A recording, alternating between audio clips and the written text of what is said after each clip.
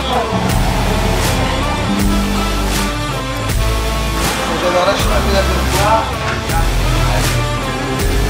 on peut doubler, ben on va pas.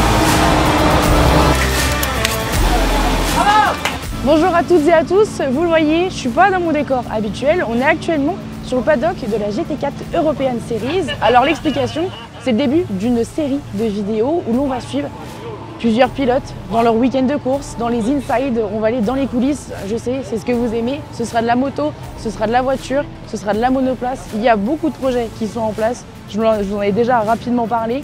Alors pour ce week-end, on est avec le team Autosport GP et on va suivre l'équipage pro amateur qui est composé de Jean-Baptiste Mella et Laurent Urgon.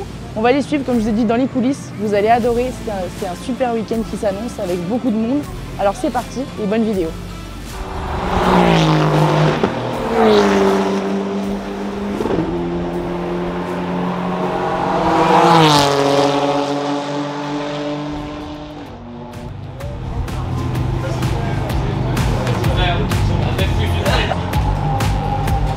Mais avant toute chose, laissez-moi quand même vous présenter les deux pilotes que l'on va suivre ce week-end. On commence avec Jean-Baptiste Mella, le champion 2020 et 2021 de l'Alpine ELF Europa Cup et qui est le pilote professionnel de l'équipage, autrement dit le Silver.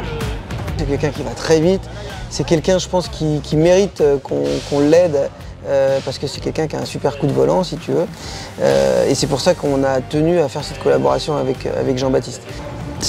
Pour moi, c'est le binôme, c'est un peu le binôme idéal si tu veux. C'est quelqu'un vraiment sur qui tu peux te reposer. Il l'a prouvé, il a vraiment sa place aujourd'hui dans GT4. Et avec lui, c'est donc Laurent Urgon qui est le pilote amateur de la voiture 55. Et Laurent Urgon, donc du coup mon coéquipier, c'est lui qui est considéré comme amateur en partie grâce à son âge. Il pourrait être silver, voire même mieux que silver. Laurent, c'est un metteur au point, il est vraiment hyper pointilleux. Je suis pilote d'essai moi chez Alpine Cars. Forcément, quand je monte dans une voiture de course, j'ai la déformation professionnelle qui arrive un petit peu et comme n'importe quel sportif, si tu veux, quand tu pratiques tous les jours, bah forcément tu acquiers de l'expérience et aujourd'hui c'est vrai que je me rapproche de la cinquantaine et j'ai pas mal d'expérience à ce niveau-là. Alors pour Autosport GP, le GT4 European Series, c'est une toute nouvelle aventure cette saison. On a bien travaillé en Alpine Cup, on a été double champion en titre les 2 dernières années. Moi j'ai été vice-champion d'Europe aussi avec Gilles. On a tout le temps progressé, tous les ans on a progressé et cette année on a décidé de passer le pas. Là le step qu'on a fait tous ensemble en GT4, on a gardé 3 des pilotes qui étaient là-bas l'année dernière, ça marchait très bien tous les 3. Il y a Pierre Sansena qui nous a rejoints et rapidement le courant est très vite passé, donc non on s'amuse bien. Et maintenant que les présentations sont faites, direction la première séance d'essai libre du vendredi.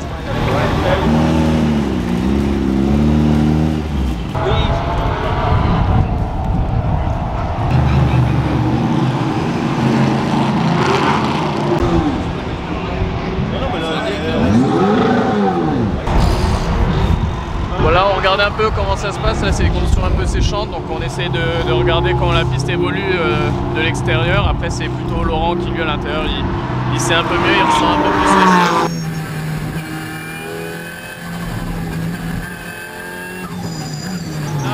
C'est assez serré dans les stands, donc j'essaye de regarder les BM avant et la Mercedes Laston après, comment ils se garent pour essayer de savoir si on a la place ou pas. Parce que là par exemple il y a une voiture qui est garée, sauf qu'on doit mettre une deuxième. Ça va être problématique pendant la course. Donc dès maintenant, je commence à réfléchir plus ou moins pour la stratégie de course, voir avec les ingés, discuter du meilleur moment pour s'arrêter. Donc ça commence dès maintenant, essayer de se rendre compte de la place qu'on aura pendant la course.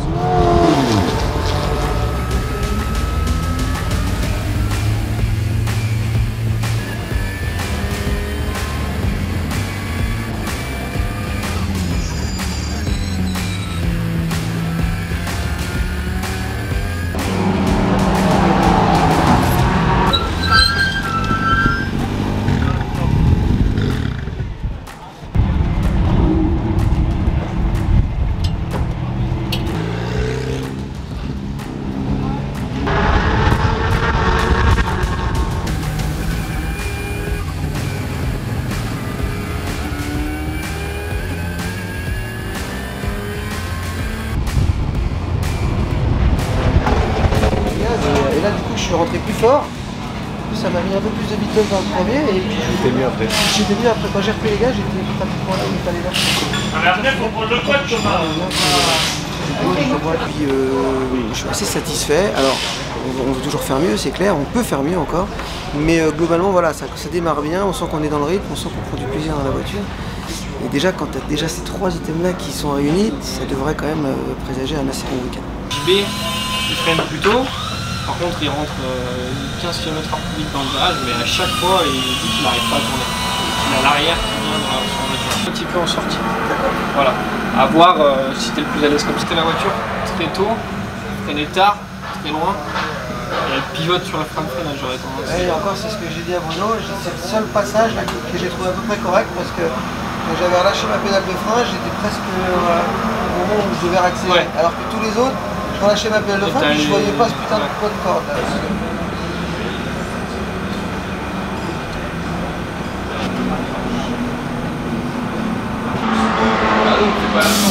Du coup, je voulais que tu m'expliques un petit peu en quoi tous les exercices que tu as fait avec eux ce matin, par exemple, et cet après-midi aussi, avant la deuxième séance d'essai libre, en quoi ça consiste et quel est ton objectif à toi? Alors moi, mon objectif, c'est qu'ils rentrent dans la voiture et qu'ils soient dans les meilleures conditions possibles pour performer, que ce soit au niveau physique ou mental. Il faut qu'ils aient bien des objectifs fixés, qu'ils soient au courant de ce qu'ils aient à faire précisément, etc. Qu'ils sachent gérer leurs émotions, gérer d'éventuelles erreurs. Et ensuite, le côté physique, ça va être tout ce qui est muscles posturaux pour être bien droit dans le siège, résister aux forces aussi qu'il y a d'engager dans la voiture. Laurent, il avait tendance à faire de l'apnée pendant qu'il conduisait. On a fait des ateliers de respiration pour qu'il puisse prendre conscience de sa respiration, qu'il arrive à détecter les moments où il ne respire pas et pallier à ça en fait. JB, ça va être plutôt sur la fixation d'objectifs qu'on va travailler et faire des bons retours à l'ingénieur aussi, il voulait plus s'impliquer là-dessus. Ça va être un point à travailler avec JB plutôt.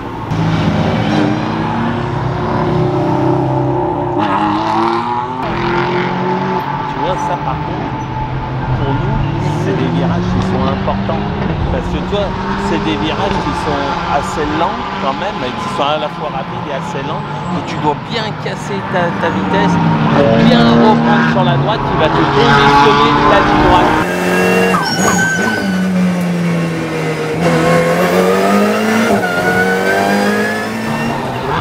Tu vois, mais là, il a le 12e temps. Ça va être plus problématique. Ok. C'est pas normal.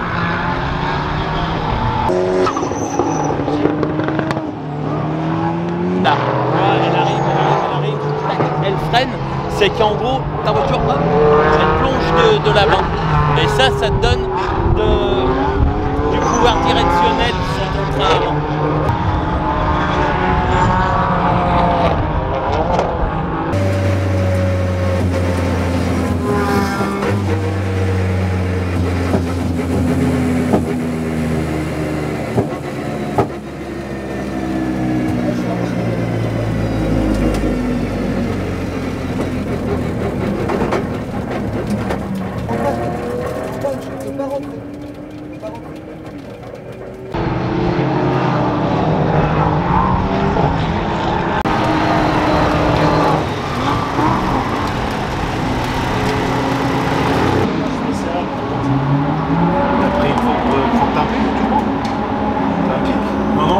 Dès la sortie des stands, tu sentais que c'était beau? Ouais, j'avais pas de turbo quoi.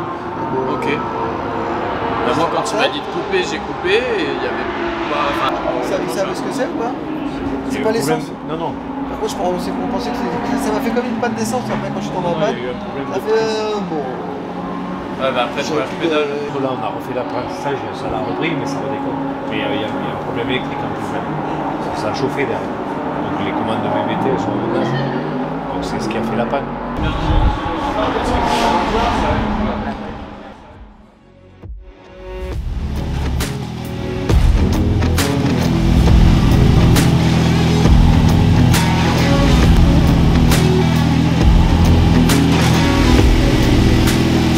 Sur la voiture, hier on a eu un petit souci avec un turbo, donc ça a travaillé très tard hier soir. Et aujourd'hui la voiture elle démarre. La qualif je la sens bien parce qu'on sait que nos pilotes, ils ont le niveau. Laurent va apaiser et va faire vraiment le job et la sécurité. Et au pire, JB il va avoir la fouille. Donc les deux, ils s'équilibrent bien.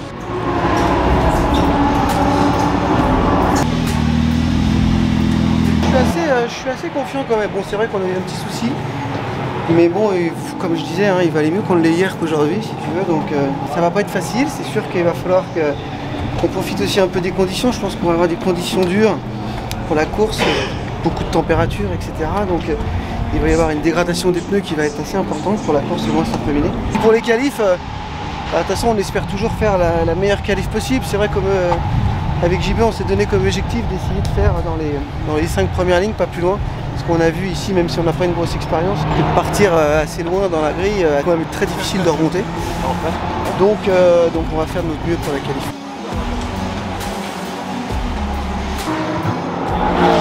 On entame la ligne droite de départ arrivée, donc on va passer la 6 juste avant le vibreur sur la droite. On va venir freiner fort au moment où il y a la route qui réapparaît, on freine fort, on descend en 3e.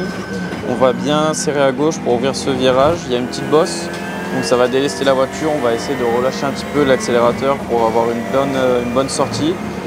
On arrive en 5e ici, c'est un virage assez spécial, il faut descendre la 3e et complètement monter sur le vibreur à gauche et ça nous jette dans cette petite cuvette qu'on va passer en 2e pour un virage à droite très lent mais qui est très important parce que ça conditionne un petit peu la ligne droite. On a un long droite ici qu'il faut sortir le plus vite possible parce que derrière c'est la longue ligne droite du Mistral où là derrière il faut avoir de la bonne ligne droite, une bonne Vmax pour avoir un bon chrono. Donc là c'est le moteur qui parle. On va arriver en 6e, on va freiner aux environs des 120 mètres avec le point de repère, c'est le vibreur sur la droite. Une nouvelle fois, on va venir complètement monter sur le vibreur. On va essayer de serrer le plus à gauche possible pour s'ouvrir ce virage. Et derrière, avant de monter vers Signe, pouvoir avoir la meilleure accélération possible et la meilleure Vmax. Donc on va arriver à un Signe, c'est un virage vraiment très dur, c'est le virage le plus rapide du circuit. Donc on va venir lâcher les gaz et légèrement toucher le frein. On peut sortir un peu large. Ensuite on rentre dans le bossé, donc là c'est un virage où on rentre très fort et on reste sur les freins tout le long du virage. On essaye d'alterner entre l'accélérateur et le frein et on a une deuxième corde où là on va ressortir en 3e, 4e, puis éventuellement 5e pour un long virage à gauche qu'on va passer en 2e. Moi j'aime bien rester à l'intérieur et garder une bonne V-mini. En sortie, on réaccélère, on va passer la 5e juste avant le point de frein. On essaie de se créer une ligne droite pour avoir une bonne efficacité de frein. On touche le vibreur, on s'élargit un petit peu et là on revient totalement à gauche pour pouvoir s'ouvrir ce dernier virage qu'on passe en 2e ou en première suivant l'état dur des pneus et avoir une bonne sortie, une bonne ligne droite pour la ligne droite d'arrivée.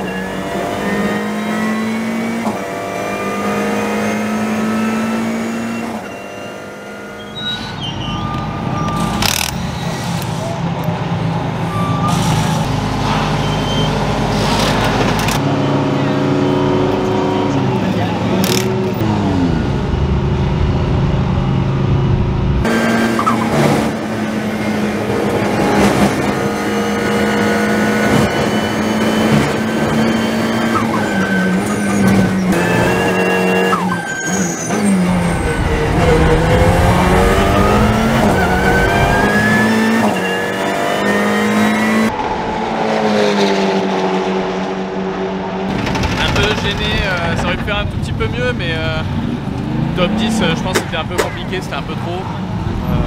Après, ouais, P15. Je connais pas le classement Pro-Am, donc à voir ça aussi, mais premier des Alpines, c'est déjà pas mal, ça je suis assez content. Après Laurent il a fait une belle qualif, dommage la petite track limite, il lui enlève un chrono. P17, deuxième Pro-Am, notre catégorie.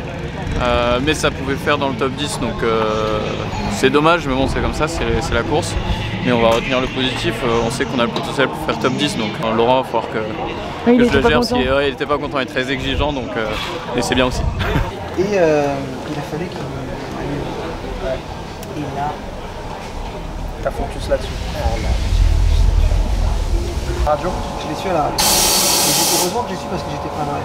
Trouver un truc pour une petite phrase, une petite respi, un petit truc pour te recentrer sur toi, sur ton organisation. Ouais, mais... Vieux la semaine. Non, c'est sûr. t'arrives à une classe correcte. Ah oui, là-dessus, il n'y a pas de... Sur mon niveau de performance, si tu veux, je suis pas trop...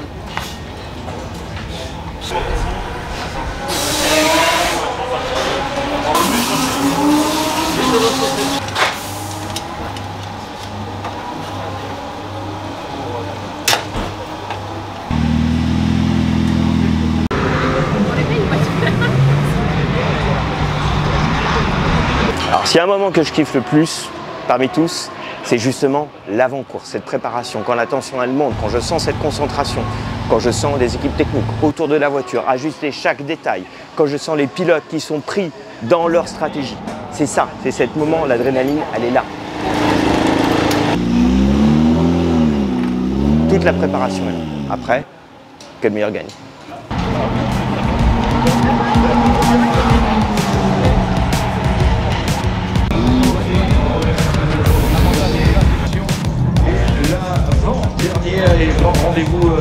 On a le rythme pour bien finir, donc on va tout faire pour que ça se passe bien. Le départ, c'est toujours le moment le plus chaud de la course. Si on peut doubler, ben, on va pas se gêner, on va essayer de doubler pour remonter devant et après donner une bonne voiture à Laurent pour qu'il fasse un bon deuxième stint. Un départ plutôt bon sur les premiers mètres. Un bon temps de réaction, un bon régime moteur, ça a bien fonctionné. Et après de mauvais choix pendant le premier tour, en voulant doubler quelqu'un, en fait je me suis retrouvé un petit peu enfermé en dehors de la trajectoire et derrière il y a un petit train qui est passé entre 2-3 virages. Donc là quelques paires de positions, après le rythme au début de course ça allait, c'était plutôt bon. On avait une voiture qui se dégradait un petit peu trop de l'arrière. Malgré tout, j'arrivais quand même à garder plus ou moins un bon rythme. Il y a eu un moment un full course hello et là on a perdu un peu de temps avec le changement de full course hello en safety car. On a perdu, je pense, 10 secondes. Là, on a fait des bons changements de pilote, c'était rapide, c'était calme, machin. Bon, on a eu un petit souci de chrono. Ça fait partie des aléas, mais voilà. On va remédier à ça. On a eu un petit peu de chance quand même, il faut dire ce qui est. On a un petit reste logique en fin de compte dans la voiture qui vient se déclencher quand on passe sur la boucle d'entrée et qui te dit à quel moment il faut que tu repartes du centre. Et là ça n'a pas fonctionné. On ne sait pas pourquoi, est-ce que c'est un problème GPS, est-ce que ça n'a pas fonctionné, donc on l'a fait un peu au feeling quoi. J'ai pas roulé à 50 km/h dans la voie descente, j'ai levé le pied, je me suis dit on verra bien et on est sorti pile poil au moment où il fallait arriver. Donc, on a quand même eu un petit peu de chance, il faut reconnaître ce qui est.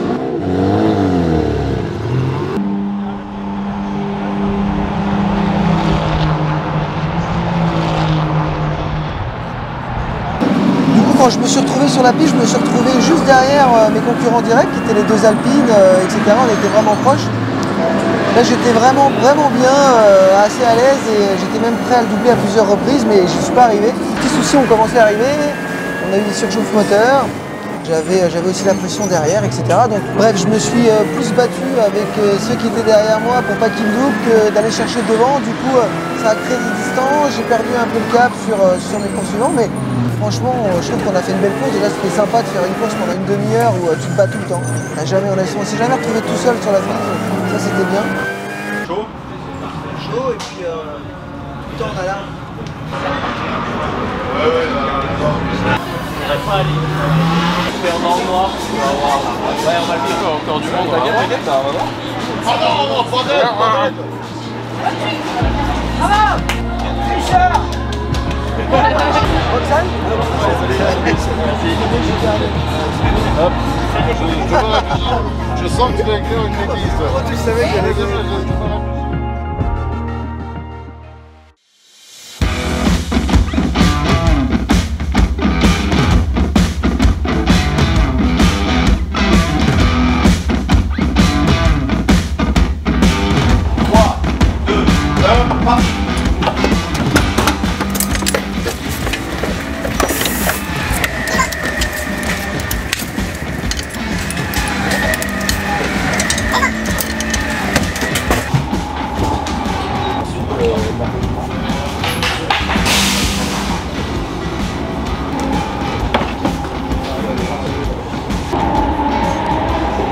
Comment vous vous sentez avant la deuxième course de la journée, du week-end plutôt. Ouais.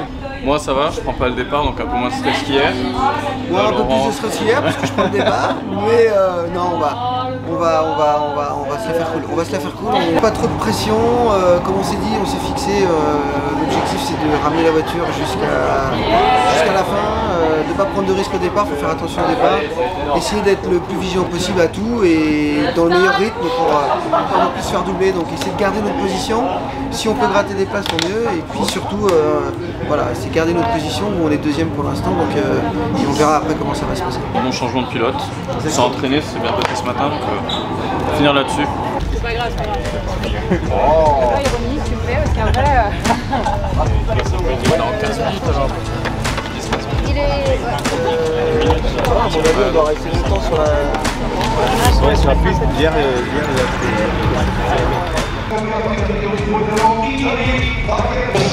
Et toi, du coup, quand tu viens sur la grille, là, comme ça, c'est pour parler un petit peu avec Laurent? Ouais, voilà, discuter rapidement, l'encourager, lui faire évacuer la pression s'il a besoin de parler ou quoi, des trucs comme ça. Donc, ouais, et puis c'est cool aussi, c'est sympa d'être sur la grille quand t'as toutes les voitures autour aussi. C'est sympa, donc je pense ça aussi. L'art des photos, il faut organiser chaque instant et ensuite là, il va y avoir évidemment comme à l'accoutumée.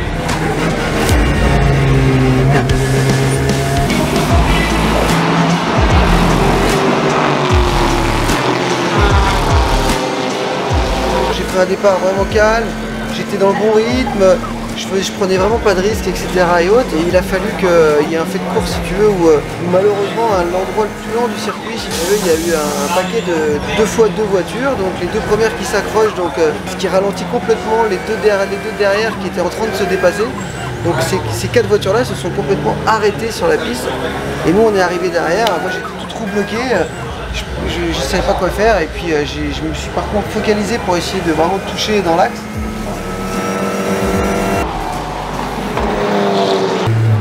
Pour retenir le positif, on a fait un bon pit stop malgré un petit problème d'ouverture de la porte.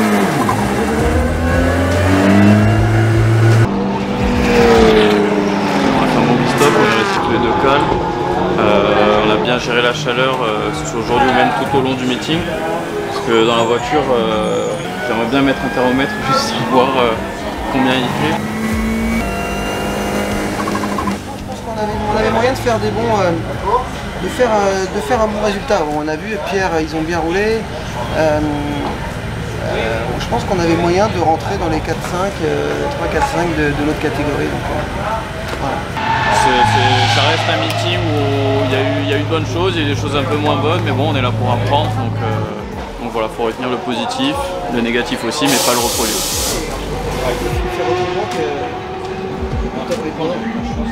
C'est la fin de cette vidéo, vous avez un petit mot pour la fin En tout cas, ça a été un plaisir que tu nous suives pendant tout ce week-end. Hein, merci beaucoup Margot, ça a été adorable. Merci de nous avoir suivis. C'était agréable. Et puis on aurait bien aimé que tu nous suives sur le podium, mais ça sera pour la prochaine.